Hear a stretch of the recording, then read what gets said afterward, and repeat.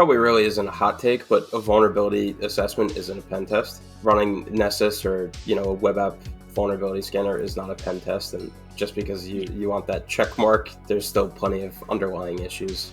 A lot of people don't understand. I think the real problem with differentiating a pen test and a vulnerability assessment is that people who sell vulnerability assessments as pen tests, those people, they're almost like scammers. They're almost on like the scammer level. It's like they're doing a vulnerability assessment and calling it a pen test and then charging company, pen test money to get it done. Hi, I'm Kyser Clark, and welcome to The Hacker's Cache, the show that decrypts the secrets of offensive security one bite at a time. Every week I invite you into the world of ethical hacking by interviewing leading offensive security practitioners. If you are a penetration tester, bug bounty hunter, red teamer, or blue teamer who wants to better understand the modern hacker mindset, whether you are new or experienced, this show is for you. Hello, welcome to the Hacker's Cache. My name is Kyser Clark. If you don't know who I am, I have been in the field for 6 years now. I have 12 certifications, a bachelor's degree in cybersecurity, and I'm currently working on my master's degree in cybersecurity, and I am working as a full-time penetration tester. Today, I have Kristofer Johnson on the show. Kristofer Johnson is a offensive security consultant full-time. He's been doing it for about a year and a half now. Kristofer has a bachelor's degree in cybersecurity and networking with a minor in computer science. Kristofer also has the OSCP, the INE security, which is formerly eLearn Security Web Application Penetration Tester, so that's EWPT. Also has the ECPPT, that's a Certified Professional Pen Tester, and the EJPT, which is a Junior Penetration Tester. And then he also has Hack the Box Dante and Hack the Box Zephyr. So Kristofer, thank you so much for joining the show. I really appreciate your time, and I look forward to this discussion. Go ahead and unpack some of your background and experience and introduce yourself to the audience. Yeah, thank you for having me. So, like Kyser said, I've been working in offensive security now for about a year and a half. I was in school for the past 4 years up until last May, studying cybersecurity and networking, where my whole career kind of took off. And, prior to college, I had no knowledge of cybersecurity. I didn't know what it was. My first experience with like a hacker, I guess you can say, was in Call of Duty Modern Warfare 2 lobby, where they hacked it and, you could bounce off the walls and do crazy stuff like that. And I was like, okay, that's pretty cool. And then fast forward to when I was looking at colleges a few years ago, I went and looked at criminal justice, and then I was like, it seems okay, and then my mom found a major called cybersecurity. And I looked at that and I was like, okay, that's what I want to do. And my first semester in school, I asked one of the seniors, how do I get started in offensive security? How do I get going with hacking? And he's like, here, I'll send you a bunch of books. And so they're all PDFs. And he's like, just be careful opening them. One might have malware in them. So I never opened them. I was like, okay, so I have to figure this out for myself. Fast forward another year or so, a buddy of mine that I went to school with and now actually work with started doing teaching himself through TryHackMe. And he was like, you should really do this. I feel like this is a great way for us to get started. So started with the TryHackMe path, which I think is a great way for anyone just getting started in hacking and let alone cybersecurity to really gain that foundational knowledge. So we were doing that for about a year and a half. And then I took the EJPT in August of 2022 or 2021. Can't remember the year at this point. Passed that and was like, okay, what's the next step? So this was all still while I was in college. I ended up buying the INE 2-year subscription for whatever amount of money, where I get unlimited access to all the course materials and 2 free certification vouchers. So then after that, I immediately started studying for ECPPT, which was the step up from EJPT. And that taught me, double pivoting, buffer overflows, which were pain, but I figured it out and I passed the certification. Thank God. Um, so I passed that, and the week after, no, sorry, the week before I passed, I started working at the company that I'm at now. Um, so yeah, I mean, it's just been a roller coaster working in offensive security. I especially love the network side of things. The web apps aren't my favorite. Social engineering, Active Directory, you have me sold right there. But yeah, I mean, that's basically it. It's nothing too special, just hacking away and studying. Nice. Yeah, that was you kind of answered my question already. I wanted to know, like, how did you go straight from college into offensive security? Because I feel like it's incredibly hard to get in offensive security without some kind of IT experience or cybersecurity experience. Because getting my first pen testing job, even with 6 years of cyber defense and system administration experience, I was still getting turned down because I didn't have the title of pen tester, under my belt, and it was a challenge for me. So I kind of want to know, like, what was it that helped you get that first job without the experience? I mean, I know you had a bunch of certifications, but even though you have a lot of certifications, it can still be challenging because I also have a lot of certifications, and even with um, all my certifications and hack the box experience, there were still employers denying me. So, what was it that really helped you get that first job? Yeah, so right around the same time as ECPPT, or probably a little bit before I took it, um, my buddy that I went to school with and now work with, he was an intern at this company and went full time, and I took on his intern position. And then after I graduated, they're like, okay, we want to take you on full time. And it was definitely getting my foot in the door as an intern helped me out drastically in the long run. With I mean, if I didn't have that internship, who knows if I'd be working in offensive security right now. So you got that position, but how did your friend get there first? So he's an administrator of a fairly medium-sized Discord where a bunch of people are part of it, and somebody that's another like admin of the Discord was having work done with our company now, and he was like, I know this kid, he's an administrator of my Discord, and my now director of my team is also in the Discord.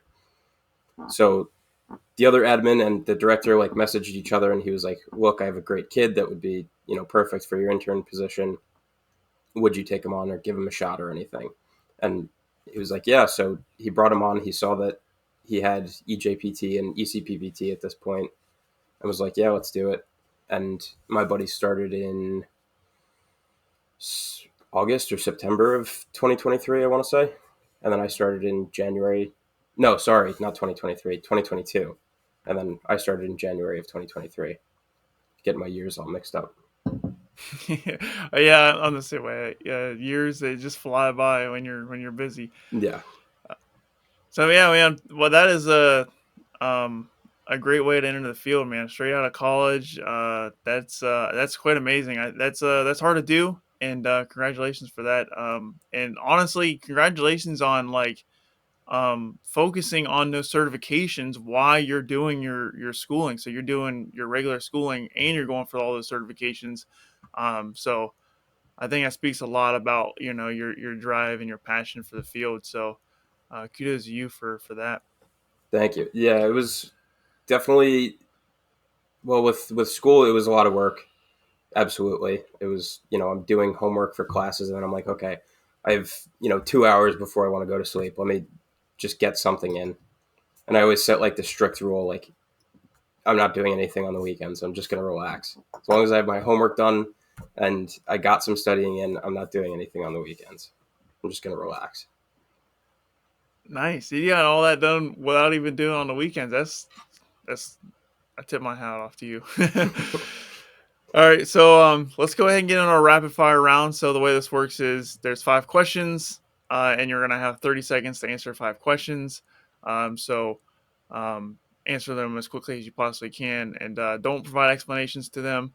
And then at the end, I will have you explain what I think is the most interesting response. And then if you get through all 5 questions in 30 seconds, you will get a bonus question not related to cybersecurity.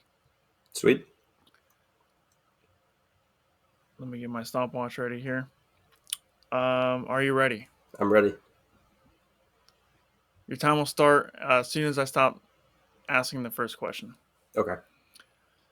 On a scale from 1 to 10, how important is a college degree for a cybersecurity career today? 2. Favorite capture the flag event? Ooh. That I've been in, I'd say NomCon. Favorite hacking gadget? Wi-Fi Pineapple. Do you think cybersecurity is underfunded in most organizations? Yes. Favorite cybersecurity framework or methodology?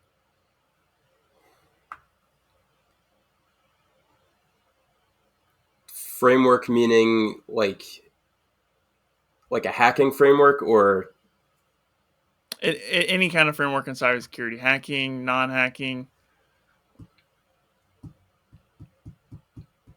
I'm gonna have to go with Metasploit. Stick to the roots. Nice. So that was about 50 seconds. So we didn't make Okay. it in 30 seconds, but that isn't the worst time. It's actually the second best time out of all my guests so far. so so don't feel bad. Um, so let me think here.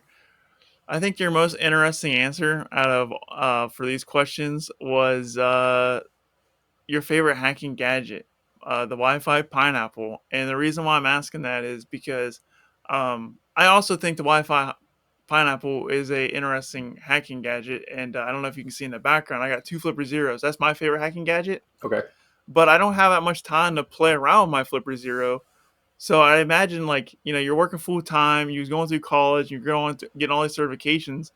Do you have a lot of time to mess with the hacking gadgets or? Uh, it definitely depends on the week and maybe even the month. But so I actually have the Wi-Fi Pineapple Nano.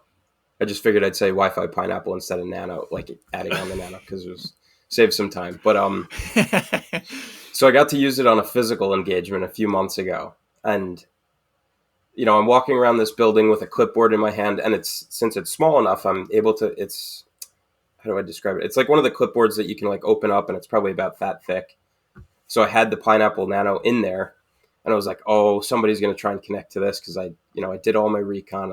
I got the fake network set up and everything. I had it hooked up to a little portable charger. Don't know when this happened, but at some point the battery and the Pineapple like disconnected from each other, and I was like, you got to be kidding me. So I go back, I check the logs. There's one set of credentials that were input in them, and that like helped the rest of the test like roll super smoothly. So ever since then, it's been my favorite. But just having time, I do and I don't. It's when I like set aside time for myself to play around with them. I got the land turtle a few months ago as well, and just haven't touched it. I need to. I was super like hyper focused on OSCP like when I got it, and I was like, okay, eventually I'll get around to it. Yeah, that's my problem when it comes to all those hacking gadgets. I honestly don't have any of the Hack 5 gadgets, and I look at them, I'm like, man, all of these are cool, but I just feel like I don't have time to like really learn how to use them.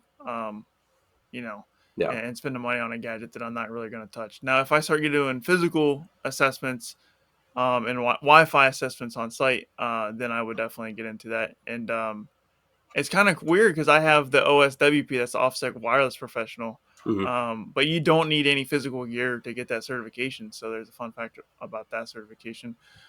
So yeah, I mean, I've done Wi-Fi hacking, but I don't have any of the tools because I emulated it all. Hmm. Um, but yeah, yeah, that's really interesting. So um, I'm pretty excited. Like, I hope one day I can get on some physical assessments and do stuff like that. They're so much But fun.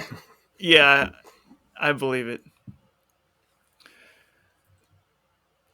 So, what I'm curious to know, like, so you have a handful of certifications and you do a lot of training in your spare time.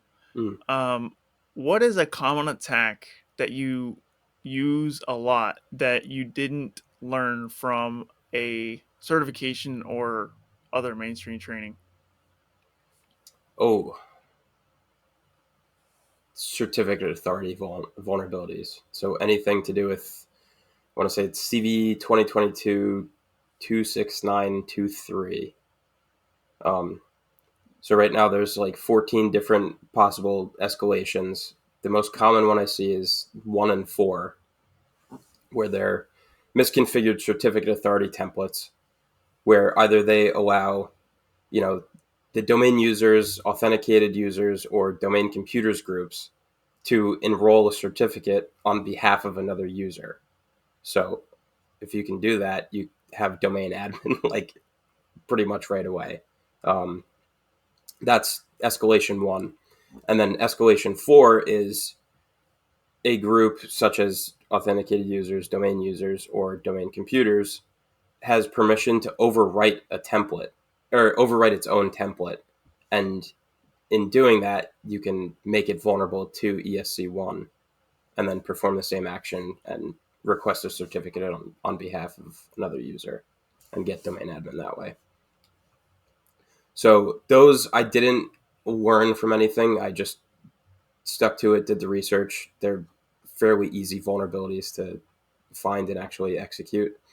Um, and then they started getting popular pretty recently, though. So now, like a lot of hack the box machines have them, and they like go through step by step how to like actually or how to actually execute it.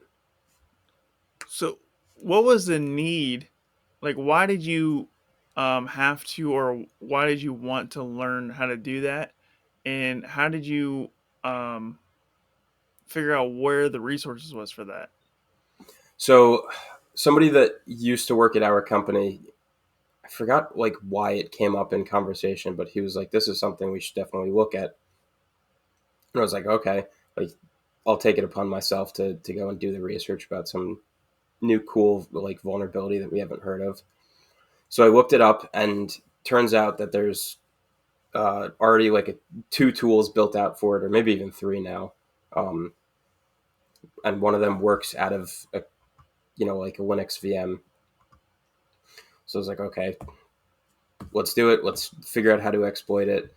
There's also there's 2 try hack me rooms that go through it. So I did those rooms just to see what it was all about, see how to actually go through the process of, enumerating the certificate authority, figuring out which vulnerability or which template is vulnerable, and then how to execute this attack. And this one tool that you can use out of the Kali VM,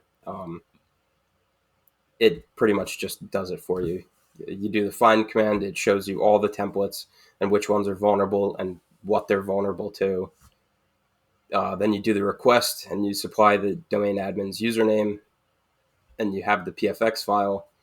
And then you do the auth command and you have the NTLM hash of whichever domain admin you picked. Nice, nice. So, what tools do that So or one help you is do that? called Certify. Certify is the like Windows executable, and then the one on that you can run out of Kali is called Certipy. So it's CERTIPY, and it's part of the like Kali packages. So you can just install it with sudo apt. Nice. So yeah, I have messed with Certify uh, a little bit, but I didn't do like the hardcore research like you did for to take advantage of that kind of stuff. Um, and I know like you did a lot of research on it because the fact that you memorized the whole CVE, like that's crazy. That's like Yeah. the most wildest thing to me. It's like you had the whole number memorized. I'm like, man, that just we know you did the research. Yeah, especially when I'm explaining to clients like how it happened, I usually just send them the CVE number. because that's got all the links as to how to remediate it. Nice. So um, what training are you focused on right now? Like, what's your primary thing you're doing at the moment? With OSCP done, I'm kind of taking a break, but also not at the same time. Um, so I probably gave myself 2 days, and then I was like, okay, I'm bored. Like, feels weird not studying for something. So I'll just go and find a random hack the box room right now and finish those up. And I've been really sticking to the ones, um, or like the non-retired machines, just to see how I do, and see what's new if there's anything going on, like a new CVE wise. But it's pretty much it. Nice. Yeah. So, do you think training in your free time is required to be a successful OffSec professional? Yeah, absolutely. Yeah, I 100% agree with that. Yeah, I've run into people that say that like they don't train in their off time, and I'm like, that seems dangerous. Like as far as your Yeah. career growth goes.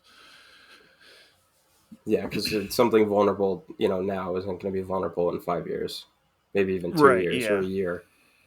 And I mean, that's what's kind of what the struggle is for me because I feel like OSCP and these other certifications like they're teaching you like the what worked 5 years in the ago, yeah. past. And then you get into real world ethical hacking and you're like, wow, this isn't working here like I thought it was going to work. And so Yeah. with that being said, so you got a handful of certifications. What certification or even like hack the box pro lab do you think is the most realistic in terms of real world ethical hacking? I would have to go with Zephyr from Hack the Box. So it's one of their pro labs, and it's, what is it? I want to say it's 3 networks that you have to go through. It's completely Active Directory based. So you have, MSSQL enumeration. There's no like local privilege escalation since it's all Active Directory based, but it's, you're forging intertrust tickets. There's 3 domain trusts. So you got to go through each one. Trying to think of what else there was. I did this a little over a month and a half ago now. But that one definitely felt the most realistic in terms of what I'm actually seeing in environments. And I definitely learned the most too. I didn't know how to, forge tickets be like across trusts. And now that I did that, it was like, wow, that was way too easy.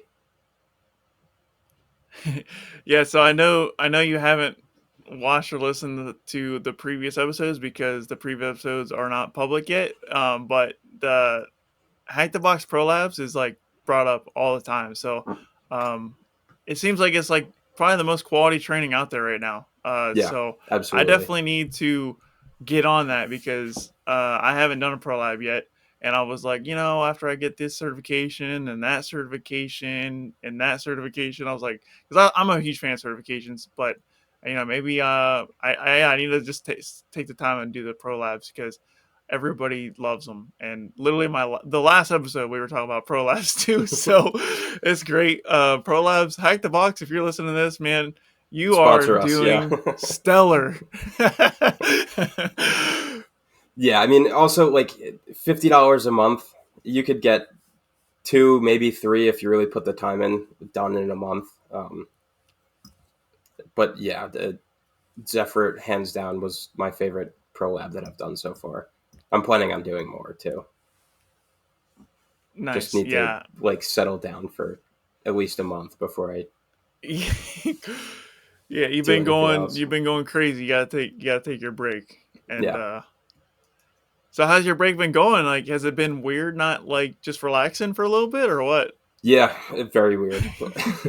Especially with OSCP, it was like 6 months straight. So the first 3 months was just doing everything on TJ Null's list. So like the old list, the new list, even tried some of the OSCP OSEP boxes, just to see like how challenging they would be. And then when did I buy? I want to say it was like that first week of February. I bought the course, went through the uh, first two challenge labs that they had, finished those, went through the actual course material to get the 10 bonus points, went back, did OSCP A, and the final like non OSCP like exam style challenge lab. Took like a week break because I was like, okay, I have nothing to do right now, and I still got some time. And then finished the last two OSCP exams that they have. So the OSCP A through C is just old exams that they had. Um, and then from there, scheduled the exam, relaxed for, I don't know, 2 days, and then took the exam. Nice. Yeah, those OSCP mock exams A through C, that's what those would help me pass OSCP, because I was doing hack the box, like the current machines every week, but I felt like at the time I was studying, like those machines wasn't really relevant to like the OSCP studies. So those mock exams was like my go to when it came to like learning how to get past the OSCP certification.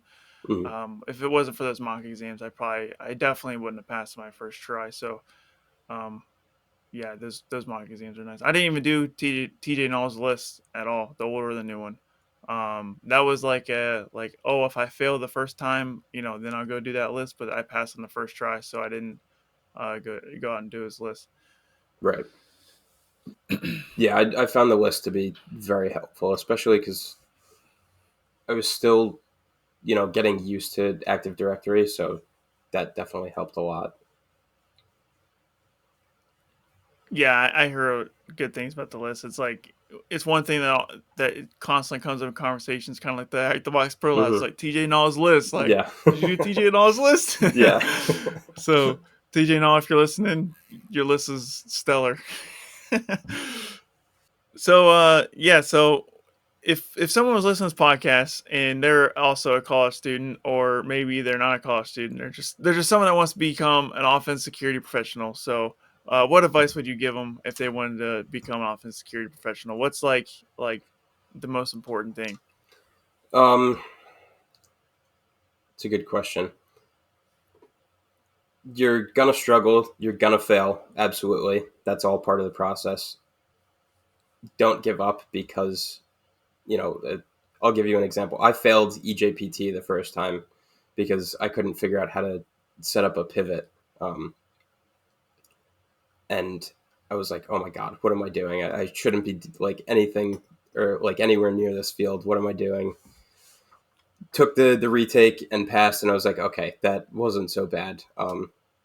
So it's all about failure, and as long as you can pick yourself back up and keep moving, you're gonna be okay. Yeah, that's good advice. Um, I have failed the OSWA twice now.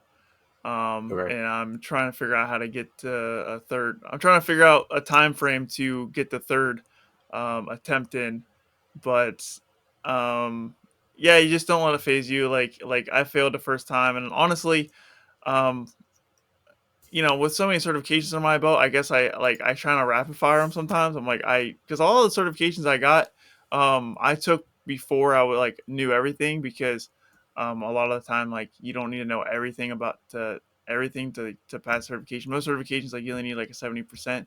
And OSCP was probably one of those things. Like I actually took the OSCP a week earlier than I wanted to, because I don't know if you know, Chris, but I was active duty Air Force before I'm doing what I'm doing now. And I had an OSCP date scheduled, and then they told me like, yeah, you got to go to Japan for a week, and I'm like, that's when my exam was. So then I had to um, reschedule my exam, and I didn't want to push it back because there was no way I was going to be able to study while I was in Japan because of what was going on and just traveling in general. Hmm. So I made my exam a week earlier, And I seriously thought I was gonna fail that, and I was like, man, like we'll just see what happens, you know. And I guess my point I'm trying to make is like, don't be afraid of failure. Like, um, especially if you got exam retakes, you know, if you purchase like the packages that give you the free retakes, definitely don't be afraid of failing that first exam, because oftentimes when you fail, that's when you learn the most. Because another certification I failed was the CCNA, and Okay. I failed it by one question. I'm not even kidding. Like, it was a 0.5% I failed by, and I was devastated. And but I used that, and I just went back to the drawing board and I did all the coursework again. And I really, you know, that's how I really learned networking. I saw a meme. It's like the best network engineers fail their CCNA the first time. So I feel like that you can apply that same mentality to any certification you want. Like, oh yeah, the best pen testers fail OSCP the first time, because when you fail, you go back to the drawing board. Right. So that's really good advice. Okay, so I'm gonna direct you to our final question. It's that time. Man, I can't believe we've already been talking for a half hour. This has been good. Um, do you have any cybersecurity hot takes or additional hidden wisdom you'd like to share? Hot takes. Probably really isn't a hot take, but a vulnerability assessment isn't a pen test. Running Nessus or a web app vulnerability scanner is not a pen test, and just because you Y- you want that check mark ticked, there's still plenty of underlying issues. Yeah, that's definitely not a hot take for other offense security professionals. Because But I feel like everybody who does outside of that realm, yeah, they're like, oh, outside of that what do you realm, mean? a lot of people don't understand. I think the real problem with uh, you know differentiating pen test and a vulnerability assessment is that people who sell vulnerability assessments as pen tests, those people, they're almost like scammers. Like, they're almost on like the scammer level. It's like they're doing a vulnerability assessment, um, and Yeah, calling it a pen test, and then charging company, pen test money to get it done. And then, there's some customers out there, like, for example, let's say a customer, they, you know, are going to several pen testing firms who, uh, to get a pen test done, and then one company quotes them like far under what a pen test should be, priced at. And they're like, why can't you do it for that price? And it's like, well, that's because they're not doing a pen test. They're doing a vulnerability assessment and calling it a pen test. And it is a serious problem yeah, in our field, for sure. Um, and yeah, so definitely, if you're getting an offense security or you're new, like, you definitely need to learn how to speak about, what the difference between a vulnerability assessment is and a pen test. And I mean, to anybody in the field, it's like second nature to us, but it's yeah, it is a common thing that you have to explain, yeah, unfortunately, just because absolutely. um I don't know, if customers definitely can get confused, especially if it's like a customer that, are like, hey, we have this app, we want to get tested, we don't know how much about security. Yeah, they need to just go away. Yeah, I don't think they're gonna go away anytime soon. I think it's gonna be a problem for the foreseeable future. Unfortunately, it's just gonna be us, um, to educate, which is, what part of this podcast is about, to educate people on pen testing and ethical hacking and offensive security. So it's definitely good that you mentioned that, because yeah, they're not the same. They are very different. And then also, a lot of people don't know the difference between pen testing and red teaming. That's a whole nother discussion. That's another one too. Yeah. That's a whole other thing. There's a difference between red teaming and pen testing too. And even people within the field, get confused on the differences sometimes. Like, maybe not a red teamer and a pen tester, but maybe like a cybersecurity analyst, like, they don't know the difference. So, Mhm. um, it is one of those things where we do have to educate the community on, and that's part of our job as offense security professionals. Right. So yeah, thanks for bringing that up. That was a good thing to add in there. Absolutely. So Where, if the audience wants to get a hold of you or contact you, what's the best way to do that? My LinkedIn is probably the best way because I'm always on it. So it's username is K Johnson 422, I believe. Okay. Yeah, I will put your link in the show notes of this episode Okay, for the sweet. audience to reach you. And then yeah, for me, closing out, I the best way to reach me is also LinkedIn. I'm on LinkedIn every single day. That's actually how I hit up Chris Johnson. So Yep. LinkedIn is where it's at, man. That is I'm on one of these days I'm gonna do a whole episode on LinkedIn because LinkedIn is super powerful. Um and I spent so much time on LinkedIn because I feel like it has accelerated my career to the maximum. Matter of fact, that my current job now I got because of a random LinkedIn connection. So LinkedIn connections, you never know where it could go. It can only it can definitely accelerate your career. So that's another piece of advice I would throw in there for anybody that's new to the field. And another way to reach me is my website kyserclark.com. And if you are whatever platform you're watching this on, please do me a favor, leave a review, and give me some constructive criticism and some feedback, and let me know what you want to see on the show going forward. Thanks for watching. Thanks for hanging out with us. And hopefully I see you on the next episode. Until then, peace out. Take care. Have a good one. Kyser out. Thank you, everyone.